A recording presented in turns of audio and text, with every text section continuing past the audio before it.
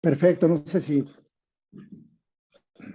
Muy buenos días a toda la querida audiencia de Detona, que el día de hoy nos ven y nos escuchan donde quiera que anden y donde quiera que estén. Pero afortunadamente, y eso lo digo con mucho orgullo, tenemos ya una buena cantidad de seguidores. Fíjate, Héctor, nomás como dato curioso e ilustrativo, hasta el día, si mal no me acuerdo, creo que último de julio, nos habían visitado en la plataforma 4,5 millones de gentes. ¿Cómo la ves? Pues extraordinario, Así es, pero bueno, esas son extraordinario. presunciones. Vamos a lo nuestro. El día de hoy tengo el gusto de tener en esta pantalla y en estos micrófonos al doctor Héctor Jaime Ramírez Barba, quien se ha distinguido por ser médico, por su actividad también política. Si mal no me acuerdo, eres diputado federal, ¿verdad, Héctor? Así es. Muy bien. Pero fíjense, además, tiene otras cualidades. Resulta que el doctor Héctor Jaime eh, escribe, ¿no? Escribe editoriales y se publican en varios medios de comunicación, pero me llamó la atención que la semana pasada diera a conocer un libro por medio del cual da a conocer la situación actual de la salud en nuestro país. En primer lugar, bienvenido, Héctor, me da mucho gusto tenerte aquí. Eres, como siempre, esta es tu casa, bienvenido. Y platícanos por qué te dedicaste, te focalizaste en este tema tan delicado y tan enredado. Adelante, mi querido Héctor. Gracias, Raúl. Pues primero felicitarte por esos 4 millones de visitantes. Cuando recién me tocó conducir algunos programas de radio, yo me sentía muy curioso, Raúl, ¿ves? Porque pues tú le hablas al micrófono, tú asumes que hay un receptor del otro lado y no sabes qué realmente está pasando. Esto está pasando ahora con todas las redes sociales, porque acceden 4 millones, luego no sabe uno si lo que uno quiere decir es escuchado, si uno puede decir correctamente las cosas. Pero tener 4 millones se dice muy rápido, pero en realidad habla de toda tu trayectoria de vida también, de poder estar incidiendo en la sociedad y comunicar las cosas, Raúl. Enhorabuena, felicidades. Y eso me motiva a estar contigo cuando me hablaste, oye, vamos a platicar, pues platiquemos, ¿no? Cuando dos o más se reúnen a platicar de un tema, hacerlo. Ahorita te pregunta cuál es mi motivación. Mira, yo tengo ya 65 años, por fortuna, y espero tener muchísimos más. Pero desde hace 51 años yo ingresé a la escuela preparatoria al bachillerato de ciencias químico-biológicas. Este año, hace 44 años, el próximo mes, me titulé de médico y soy médico, tengo especialidad en medicina, en cirugía general, tengo especialidad en salud pública, hice luego maestría y doctorado en ciencias y luego hice maestría y doctorado en acción pública. Y te digo no como presunción, sino que es la trayectoria que a lo largo de la vida te va dando algunos enfoques. Desde que asumí, fui médico de base del IMSS, del ISSSTE, en la Secretaría de Salud. Después estuve como jefe de departamento clínico, subdirector y director de un hospital regional. Fui secretario de Salud en 3 ocasiones. En la Universidad de Guanajuato fui el primer director de la Facultad de Medicina electo por oposición. Luego fui secretario general de la universidad. Me he dedicado a la investigación. Entonces siempre he escrito y siempre he escrito cosas de divulgación, que son de las áreas que hacemos como docentes. Yo me jubilé de la Universidad de Guanajuato en el 2012, pero desde mucho antes, cada vez que tenía un puesto público, escribo en columnas, desde el primero que me dio la oportunidad, que fue el periódico El Correo. Ahora escribo en la revista Expansión, en El Economista, en El Financiero, y de manera ya rutinaria los últimos 12 años quizás en el periódico AM.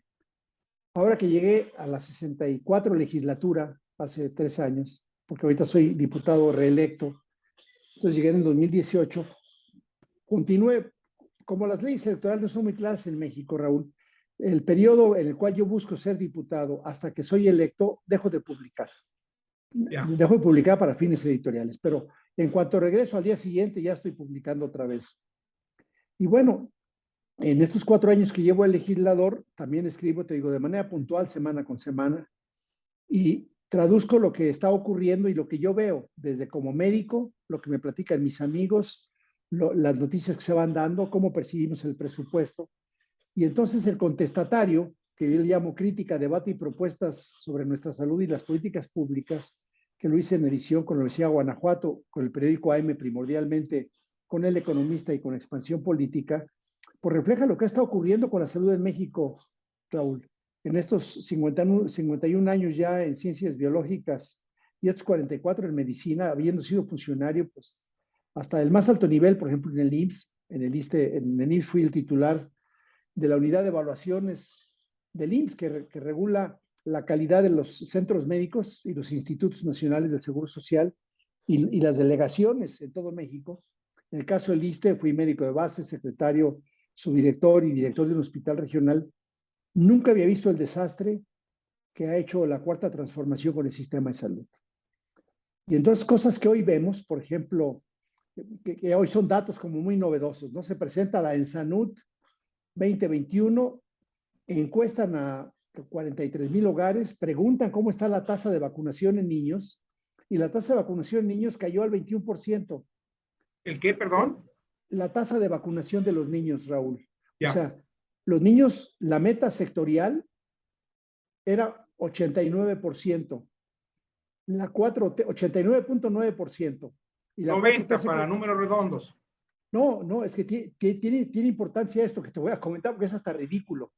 Tú revisas el programa sectorial de salud y la 4T pone algunos temas que se van a dar seguimiento puntual para que el dinero que se gasta en México en salud, que es casi 1 billón de pesos por año, dé resultados. Bueno, la única meta que pusieron de vacunación fue con los menores de 1 año, se subiera de 89.9% al 90%. O sea, una milésima más. Por eso digo que no me lo redondees, pues, entonces le vas a quitar el esfuerzo de la 4T de 6 años de trabajo en salud. 6 billones de pesos, o sea, 6,000 millones de pesos para aumentar en una milésima la vacunación. Pues la ENSANUD reportó que crees 27%. Porque en estos 4 años no compraron vacuna para BCG, no compraron vacuna para hepatitis B, que son las vacunas que se ponen desde el recién nacido. Entonces, cuando iban en esta encuesta a revisar qué era lo que estaba ocurriendo, pues se dan cuenta que no lo hicieron bien. Bueno, la primera columna que publiqué recién llegando, cuando revisamos el presupuesto de vacunación de gobierno federal, fue proponer en la Cámara de Diputados una reserva para incrementar el presupuesto. Déjame te comento, de cada columna está rica en su bibliografía, es decir, no es un tema porque sea del PAN o porque sea del PRI, soy México, primero soy persona, luego soy médico, bueno, primero soy persona, luego abuelo, Eso. Abuelo, padre de familia, luego médico y servidor público. Digo, el desastre lo vimos bien desde el primer presupuesto, porque este presidente presentó el presupuesto en diciembre del 2018, porque desde junio que ganó hasta que tomó posesión el 1 de diciembre, se crea el gobierno de transición. Sí. Bueno, el presupuesto de salud bajó. Tenían 0 pesos destinados a la obesidad. Le habían bajado de manera significativa el presupuesto a la vacunación, a la compra de vacunas. Y eso se está reflejando en estos días. Ya no había sarampión en México. Y en 4 años, por ejemplo, ya hubo un brote de sarampión. Estas columnas que están en este libro, que aparte es gratuito, no digo pues va reflejando lo que nosotros percibíamos, documentábamos e informábamos a la población. Porque aparte, bueno, tú sabes, es la 4ª vez que soy legislador, todas de mayoría, nunca plurinominal, siempre voy y toco la puerta. Y el tema de salud, pues es el área de mi expertise. Entonces, le informo mucho a la población lo que está ocurriendo, pues para alertarlos, ¿ves? Porque el presidente, desde que llegó, dijo que el seguro popular ni era seguro ni era popular y que privatizó las cosas. Realmente el único que ha privatizado las cosas es este gobierno, porque al no haber vacunas, al no haber medicamentos, al hacer mal las cosas contra el COVID, al no tener medicina preventiva, bueno, pues lo que está ocurriendo es que la gente, como también reportó la ENSANUD, ya estaba yendo mucho más a los servicios privados que a los públicos, haciendo una doble tributación. ¿Ves? Porque fíjate, del Seguro Social, solamente el 30% fueron al Seguro Social y el 70% pagó privado. Lo cual significa entonces que, fíjate qué tragedia es que tú compres un seguro para proteger tu carro contra un choque y una vez que lo chocas, en vez de usar el seguro, pagas de tu dinero que lo repongan. Uno diría, pues está uno loco. Bueno, pues más loco está Absurdo. alguien que tú pagas seguro social como tu cuota, tu patrón paga seguro social, de los impuestos mexicanos se cubren las terceras partes que integran la cuota del seguro social y no lo usas. Y luego este señor, el imperdonable y nefando López-Gatell, pues diciendo que lo que va a hacer es cerrar los consultorios a los cuales la gente fue a dar consulta porque en las instituciones públicas las han ido minando, las han ido destruyendo. Tengo columnas de vacunación, columnas de presupuesto, de cáncer, de enfermedades raras, O sea, de el todas libro las es una áreas. compilación de hechos y de datos. Es lo que me estás Exacto, describiendo. de política basada en evidencias. Ok. Porque este presidente hace política basada en ocurrencias, ¿ves? En algunos utilizo, bueno, pues yo al igual que tú tengo la virtud, aunque algunos piensen que es defecto, pues de leer bastante. O sea, en algunos hago algunos símiles de comparación con Rulfo, ¿ves? Porque este presidente bolsonarista piensa que con imaginarse van a estar pasando las cosas y que los muertos no son muertos, etcétera. Y voy haciendo comparaciones de diferentes maneras. ¿Ves? Hace un momento, por ejemplo, ya mandé la columna para el día de hoy en El Economista, al rato sale, pero el viernes saco una columna y acabo de tener hace un momento una reunión con unas organizaciones de la sociedad civil, se llaman Días H. ¿Dónde va a estar? No se alcanza a ver, bueno, no se va a alcanzar a ver ahorita. Estamos ahorita en un simposio con todos los cánceres infantiles. Y entonces, por ejemplo, un médico de los que participó, no voy a decir su nombre porque además la 4T es muy vengativa, le pregunta al moderador, oiga doctor, entonces, ¿cómo le están haciendo en ese Instituto Nacional para atender? Háganos un resumen de qué hace, cómo le hace, ¿no? Llega y dice, la verdad, les voy a resumir, hacemos milagros. Entonces, mi título de la columna del próximo sábado en Periódico AM va a empezar con Hacemos Milagro. Y voy a relatar lo que ahorita están diciendo los pacientes que lo estamos grabando y la participación de los profesionales de la salud. ¿Ves? Y entonces, cuando hablamos de, a ver, vamos a formar médicos, entonces tomamos cuántas plazas este gobierno determinó para que hubiera médicos y te das cuenta que casi duplicaron las plazas, pero no para lo que se necesita. Y en vez de fortalecer el sistema de salud mexicano, están mandando los especialistas a formar a Cuba. Pues que los manden a los mejores lugares del mundo. Y Claro. entonces todo eso lo documentamos para llegar a como estamos hoy. ¿Ves? De un sistema de salud que tenía garantías, pues estamos llegando a sistemas de no salud.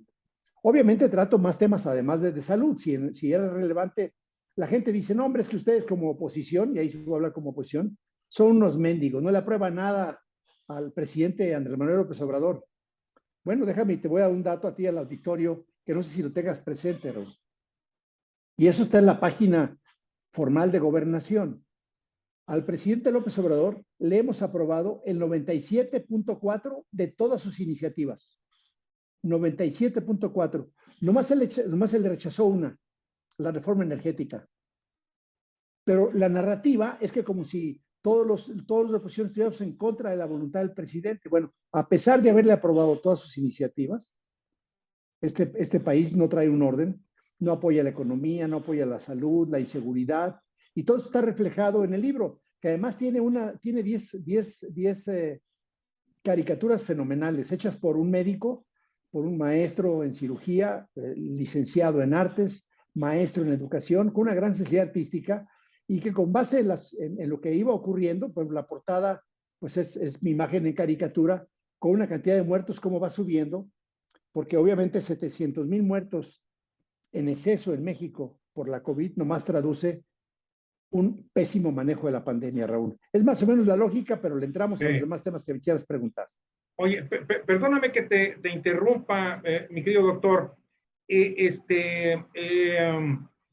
Pero no entiendo, y la audiencia tampoco lo entiende, que cómo es posible que un gobierno en escasamente 3 años y medio pueda destruir todo un aparato, todo un trabajo del sector salud que se ha venido construyendo durante decenas de años. Es algo que a mí aquí en esta cabeza no me entra. ¿Cómo es posible que lo puedan destruir? Sí. Mira, son temas complejos. A veces yo tampoco lo entiendo, pero trato de interpretarlo. Déjame te platico. Mi tesis doctoral fue sobre la evolución del Sistema Nacional de Salud a propósito de la ley, pero revisé desde la primera constitución que llegó a México, que fue la constitución de las Cortes Españolas en 1812. Tú lo recordarás. No, no es cierto. Pero, pero la Llegué un salud en poquito México, tarde, pero sí, creo que recuerdo. claro, la salud en México era de los ayuntamientos. De 1813 a 1908 era realmente facultad de los ayuntamientos. Después de la Constitución de 1854, un poquito de los estados, pero siempre apoyándose en los ayuntamientos, hasta 1908, cuando el gobierno de Puebla no permitía dar el libre tráfico de los víveres que comía la Ciudad de México, porque había llegado una epidemia al puerto de Veracruz. Y entonces, pues la Ciudad de México que dijo, oiga, ¿cómo que van a impedir el libre tráfico? Dijeron, espérame, este tema se va a llamar salubridad general y algo que ahora va a tener como facultad la federación es que aquellas cosas que no tienen que ver con la salud de las personas, y así lo etiquetaron salubridad general de la República, será dependencia de la federación. Entonces, en 1908 se cambió eso para que tú podrías ver todo lo demás, pero no decirme qué pasa o no pasa por las fronteras. O al revés, si realmente hay una epidemia muy severa, como pasó, por ejemplo, con la poliomielitis, y que un presidente de la República cercó el puerto de Mazatlán con el ejército, nadie pasa y nadie sale, bueno, también puede ser un mecanismo de protección, como ocurre hoy en China con la COVID, ¿no? Sí, Hay una brote de COVID y entonces el gobierno, en función de la salubridad general, porque hay enfermedades que si tú no te vacunas, no solamente te pones en riesgo a ti, sino pones en riesgo a los que viven a tu alrededor. Ese es el claro. concepto de la salubridad pública. Bueno, este es en 1984 que se sube el derecho a la protección de la salud, teniendo ya la lógica desde 1917, dice, bueno, pues vamos a darle más facultades a los estados. Esta salubridad vamos a hacer concurrencia y en vez de hacer una ley federal, porque así era hasta 1984, tú recordarás que se llamaban servicios coordinados de salud, Ya. y había una ley de salubridad y asistencia. Bueno, en el 84, a propuesta del presidente Miguel de la Madrid, siendo secretario el rector Soberón, se hizo que los estados pues, realmente pudieran hacer lo que habían hecho desde 1812, atender la salud, federalizando aquellos que en dinero pues correspondía por cuotas diferentes. El IMSS es uno, el ISSSTE es otro, la ley de los institutos de las Fuerzas Armadas, su propio sistema de salud, y los estados manejados con su dinero. Bueno, llega esta cuarta transformación y dice, no. Los estados no pueden manejar eso, esto lo vamos a manejar ahora desde la oficina de Acapulco, ¿no? Caray. Esa fue la destrucción, porque entonces te voy a dar un ejemplo de Nayarit, que es un ejemplo vívido. A Nayarit, esto que pasó en 1983, se culminó la descentralización cerca del año 2000.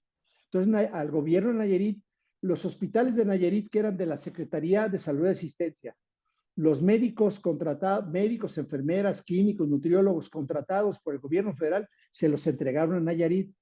Y de ahí surgió los famosos fondos de aportaciones a los estados, a propósito de la reforma de Miguel de la Madrid, precisamente, y se llamaba Ramos FASA, el ramo 33, tú lo recordarás también. Sí, Hay para salud, para educación, porque se descentralizaron varias cosas. Entonces, le mandaban el ramo 33 para que la Secretaría de Salud de Nayarit pagara. El gobernador, se cambió la constitución para que el gobernador fuera autoridad sanitaria también, además del gobernador de Nayarit, el secretario de Salud de Nayarit, y por último, los ayuntamientos, porque la reforma del 83 también llevó cambios importantes en las responsabilidades municipales. Cuando tú analizas todas las acciones de salubridad a principios del siglo pasado, pues el agua, el drenaje, los rastros eran casi la actividad primaria de la Secretaría de Salud y Asistencia, no la atención médica. Bueno, eso con la reforma de Miguel de la Madrid, eso pasó a los municipios y llevan un dinero específico desde la Constitución para los municipios. Así hay un ramo 33, se llama fondos de aportaciones para el actuar municipal en salud. Entonces, el municipio es el responsable del agua potable, es el responsable del drenaje, es el responsable de los rastros, pues porque antes eran los que provocaban las epidemias, ¿no? ¿En dónde vas a colocar un panteón, si hay o no problemas subterráneos para que se contamine el agua, etcétera, etcétera, etcétera? Pues estos cuates tampoco ya no reconocen nada. Cuando tú ves hoy un documento, hoy lo presentaba, por ejemplo, el plan específico de acción contra el cáncer, y ponen el Sistema Nacional de Salud, nomás hay funcionarios federales.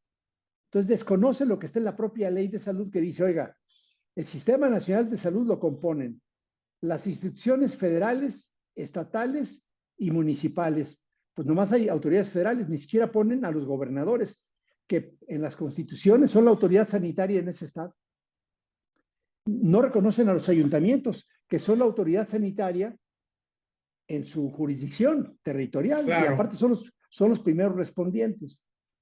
Y también el dinero que tenía Sora Nayarit, pues ya firmó, y el gobernador, los hospitales que tiene ya se los vendió a la federación, con todo lo que tiene adentro. Todos los hospitales, todos los centros de salud, todas las ambulancias, se lo está vendiendo a la federación. Y la federación desde Acapulco va a coordinar para ver si el IMSS Bienestar o el INSABI o alguien va a atender ahora a los nayaritas. Los del IMSS los seguirá teniendo el IMSS, los del ISSSTE, el ISSSTE y todos los demás desde Acapulco. Bueno, pues, perdón, Héctor, nada más para que la audiencia entienda, ¿la Secretaría de Salud se movió a Acapulco o...? Claro, claro. Esa fue la famosa descentralización que prometió López Obrador. Claro, pero nomás de sus oficinas, ¿ves? Se movieron a Acapulco Guerrero, las oficinas de la Secretaría de Salud, que estaban en el Lieja, que por cierto, déjame te digo, que el edificio que está ahí, el Lieja 4, esquina con Reforma, fue el primer edificio público hecho expresamente para la Administración Pública Federal. No sé qué vayan a hacer con él, pero en este mecanismo supuestamente de centralizar, pues ya se llevaron allá todas las oficinas administrativas. Ahora, si tú quieres hacer trámites, pues ya sabrás lo que va a significar en costos para el propio país irte hasta un lugar donde no estaban las cosas. Y antes estaban descentralizados. Pues con esto lo que te quiero decir es que al día de hoy existen en México que tú quieres comprar un medicamento para Nayarit, pues primero el INSABI, que es el que tiene el dinero, hace una convocatoria a través de Hacienda regresa al INSABI, el INSABI lo hace a destiempo y no llega ni el dinero ni el medicamento a Nayarit. Y por eso tú ves las gentes hoy sufriendo, como ya lo evidenció, por ejemplo, la encuesta de ingreso y gasto en los hogares, pues que se incrementó casi el 60% del gasto de bolsillo de la gente más pobre en medicamentos. Entonces el más pobre hoy es el más afectado. Todo esto que te acabo de comentar hoy como resultado están las evidencias de lo que fuimos diciendo que iba a estar ocurriendo y que hoy está ocurriendo. Y ha habido 3 encuestas hechas por el gobierno federal que se han publicado este año muy relevantes. La primera se llama Censo de Población y Vivienda 2020. Ahí se le preguntaba a la gente, oiga, ¿usted tiene acceso a los servicios de salud? 35 millones dijeron que no. Antes, cuando estaba el Seguro Popular, eran 20 millones. O sea, en 4 años lograron haber 15 millones más sin acceso a servicios de salud. La encuesta del ENSANUD que marca que las enfermedades de obesidad crecieron casi al 74%, es decir, los programas preventivos no solamente no lograron frenar, sino continuó avanzando como si nada hubiera ocurrido. Entonces tampoco ha funcionado su sistema de prevención, que en teoría iba a ser lo mejor de esta descentralización, que es realmente esta federalización que significa volver todo al centro, ¿ves? A lo que estaba en 1917. Y por último, pues la encuesta de ingreso y gasto en los hogares, el cual marca que la gente lo está viviendo. Si tú revisas, por ejemplo, hoy, cuántos partos se atendieron en el sector privado y cuántos en el público, te sorprendería que del total de partos es inmensamente superior en el sector privado. O sea, hoy no hay ni siquiera la confianza para atenderse en el sector público. Algunas personas van, digo, hay lugares en donde no hay sector privado. Pero, ¿no? ¿Cuántos partos se hacían en el sector salud público antes de este gobierno? ¿Tienes alguna idea? Sí, claro. De todos los datos que están en las columnas, querido Raúl, están los datos específicos. Por ejemplo, para el 2021, casi 600,000 fueron en el sector privado y alrededor de 1,100,000 en todo el sector público. Cuando en teoría el sector privado atiende al 2% y el sector público al 98%. Ya. En teoría, el 98% atiende a 1.100.000 y el 2% atiende a 600.000. Pues es claro que de manera proporcional el número de partos con el nivel de responsabilidad pues es muy diferente. Ya no solamente en las farmacias, Raúl, porque en las farmacias, si tú tienes una farmacia o tienes un consultorio privado pegado a una farmacia que se llaman CAF, ¿no? Consultorios adyacentes a farmacias que han sido multicriticados, pues es el que la gente le tiene la confianza por varias razones, o por barato, o por cercanía, o porque quiere simple y sencillamente. Claro. Y bueno, ha crecido de manera inmensa. O puedes tener tu consultorio con un pequeño botiquín que lo autoriza la ley, o puedes estar en un consultorio en un hospital un poquito más grandecito, o tener tu consultorio en un gran hospital como los centros hospitalarios del Grupo Ángeles o del Grupo. Entonces, el sistema público debe de reconocer la presencia de un sistema privado y de un sistema de asistencia social, Raúl, ¿ves?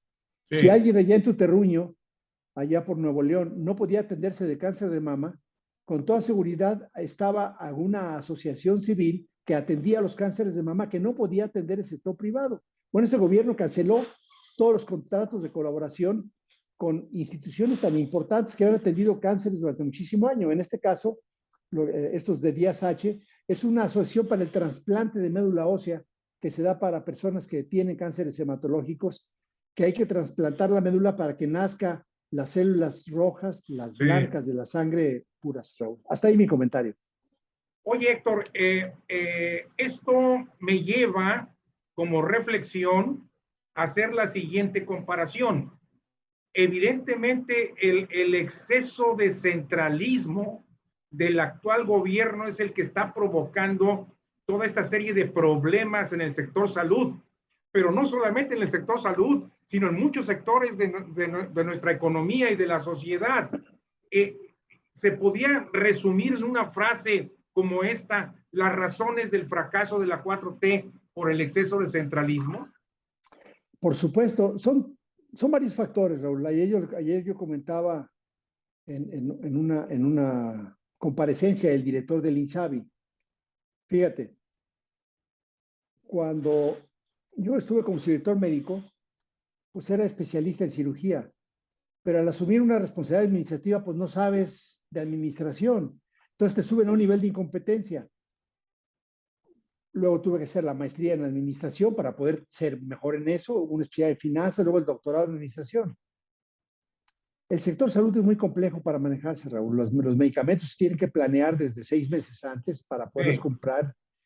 Bueno, cuando el titular de la unidad, cuando el titular de salud, de que tiene la responsabilidad de 77 millones de mexicanos, es un licenciado en administración de empresas que no sabe de salud, que su última experiencia, bueno, su única experiencia que tenía era haber sido director de un DIF municipal en Tabasco y luego delegado del Instituto Nacional de Antropología e Historia en Tabasco, y de ahí se mueve a ser el director del INSABI, pues ya sabrás el fracaso. Pero es muy leal al plena. presidente. Claro, por eso digo, no es solamente la descentralización, sino la ignorancia de todos los colaboradores del presidente. Sí, así es. ¿Ves? Así es. Porque al fin y al cabo, pues, sus ignorancias nomás trasladan los costos a la población. Su número de exceso de muertes le trasladan eso a la población. Según ellos, por corrupción. Son mucho más corruptos. Es mucho más corrupto quien asume un puesto sin tener la capacidad para asumirlo, estimado Raúl. Es un buen punto. Ese es un magnífico punto. Nos quedan unos cuantos minutos, Héctor, pero creo que podemos aprovecharlos en lo siguiente. Y aquí sí me pongo la cachucha de político, grillo, analítico, y que de alguna forma tú también compartes este mismo ADN.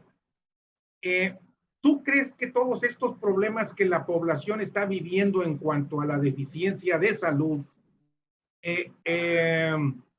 lo pueden aceptar o lo pueden entender los derechohabientes y se conviertan, perdóname la expresión, se conviertan en votos en contra de Morena?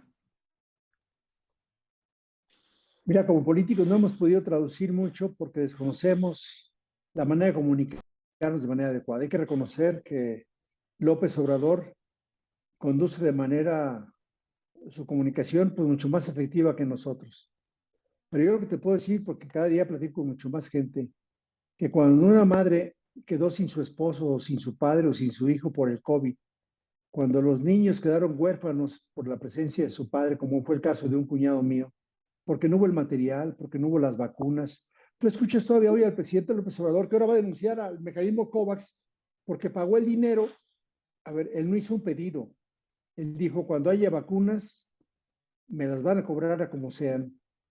Entonces, ahora tendrá que explicar por qué pagó por adelantado lo que no Claro, compró. ¿Me explico? Es decir, claro, es un claro. absurdo lo que está diciendo. ¿Por qué aprobó las vacunas en junio y vacunó a los niños hasta un año después? Porque tuvimos que meter amparos. Entonces, los padres que amparamos, la gente que está viviendo los niños con cáncer, dicen que está resuelto los medicamentos. Bueno, pasado mañana hay otra peregrinación de los padres de niños con cáncer porque no reciben los medicamentos de manera oportuna. Sí. Ahorita, todos estos niños con cáncer, más de 18,000 casos anuales de cánceres hematológicos sin atención, Raúl. Pero tenemos que traducírselo a la gente para que sepa que hay un responsable, que es el presidente López Obrador y su gobierno corrupto, su gobierno mentiroso. A mí no, a mí en Esa lo parte nos personal falta. no me gusta denostar y criticar a un gobierno con el dolor de la gente. Creo que eso no es correcto. Pero lo que sí es correcto es que hay una gran cantidad de la población, y tú lo acabas de platicar, que está sufriendo debido a la ineficiencia administrativa y de la función pública del gobierno federal. Y eso es lo que hay que decir. No, yo no me alegro de que haya más enfermos y mucho menos me alegro de que haya muertos, pero no me puedo contentar nada más diciendo que es por todas estas medidas. Entonces es una correlación de hechos que son muy graves y que afectan a la población y sobre todo a los más vulnerables, como tú decías. Mira, no sé, no acaso interpretar bien tu término de denostar al gobierno, si lo que dije fue denostarlo, pero lo que yo te quiero decir de manera puntual, que hay causa raíz. Mira, antes de que llegara el Seguro Popular, 8 de cada 10 niños con cáncer fallecían en México sin siquiera recibir el tratamiento. Después del Seguro Popular, cuando había el financiamiento a través de este fideicomiso, 8 de cada 10 sobrevivían y 2 fallecían. Es decir, no significa que van a vivir, pero tú le haces la lucha a 10 y sobreviven 8. Bueno, en esta época volvimos a regresar a que morían 8 porque no había medicamentos. Claro. Este gobierno fue el que no los compró. Este gobierno fue el que no los llevó. Ese gobierno fue el que no dio tratamiento. Pues es este gobierno y esa muerte del niño es atribuible directamente a ese gobierno. Si es denostarlo, lo denosto, porque tenemos los elementos para decir que sí fueron ellos, Raúl. ¿Ves? Perfecto. Pues caray, Héctor, yo todavía me quedé con muchas ganas de seguir platicando y conociendo tu opinión, pero creo que el tiempo ya se nos acabó.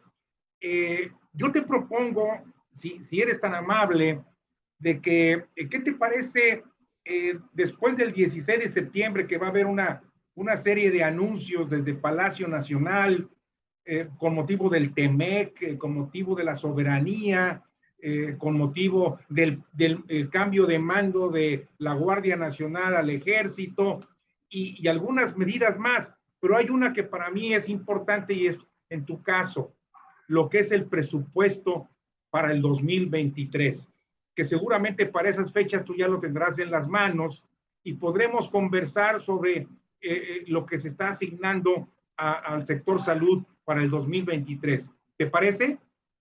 Con mucho gusto, y si me permites dar mi anuncio, pues que nos puedas seguir en redes sociales, en Facebook, doctor Héctor Jaime, en Twitter, @Héctor Jaime, y que busquen el libro, se llama Contestatario, le ponen en Google Contestatario, Héctor sin H, Contestatario.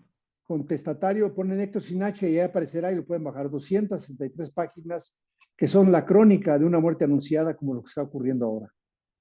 Pues te mando un abrazo, mi querido Héctor, y realmente creo que fue un placer para la audiencia escucharte, aunque no son muy buenas noticias, pero es una fotografía real de lo que estamos viviendo, ¿verdad?